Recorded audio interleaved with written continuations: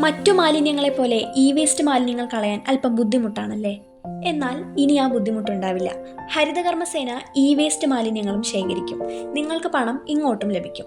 സംസ്ഥാനത്തെ കോർപ്പറേഷനുകളിലെയും മുനിസിപ്പാലിറ്റികളിലെയും വീടുകളിൽ നിന്നും സ്ഥാപനങ്ങളിൽ നിന്നുമുള്ള ഈ മാലിന്യ ശേഖരണത്തിന് തുടക്കം കുറിച്ചിരിക്കുകയാണ് ഹരിതകർമ്മസേന.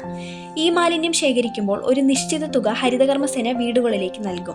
ശുചിത്വ കേരളം സുസ്ഥിര കേരളം എന്ന ലക്ഷ്യത്തിന്റെ ഭാഗമായാണ് ഇത് നടപ്പാക്കുന്നത്. ഇ വേസ്റ്റിന്റെ ശാസ്ത്രീയമായ നിർമ്മാർജ്ജനം ഉറപ്പാക്കുകയാണ് ഈ പ്രവർത്തനത്തിന്റെ ലക്ഷ്യം. Fridge, washing machine, laptop, telephone, radio തുടങ്ങി ഉപയോഗശൂന്യമായ എല്ലാ ഇ വേസ്റ്റുകളും ഹരിതകർമ്മസേന എടുക്കും. ഇത്തരം ഈ മാലിന്യങ്ങളിൽ അടങ്ങിയിട്ടുള്ള ലെഡ്, മെർക്കുറി, കാഡ്മിയം തുടങ്ങിയ രാസവസ്തുക്കൾ മണ്ണിനെയും ജലസ്രോതസ്സുകളെയും മലിനമാക്കുന്നു. ഇത് ശ്വാസകോശ സംബന്ധമായ രോഗങ്ങൾ, ക്യാൻസർ തുടങ്ങി മാരകമായ രോഗങ്ങളിലേക്ക് എത്തിക്കുന്നു.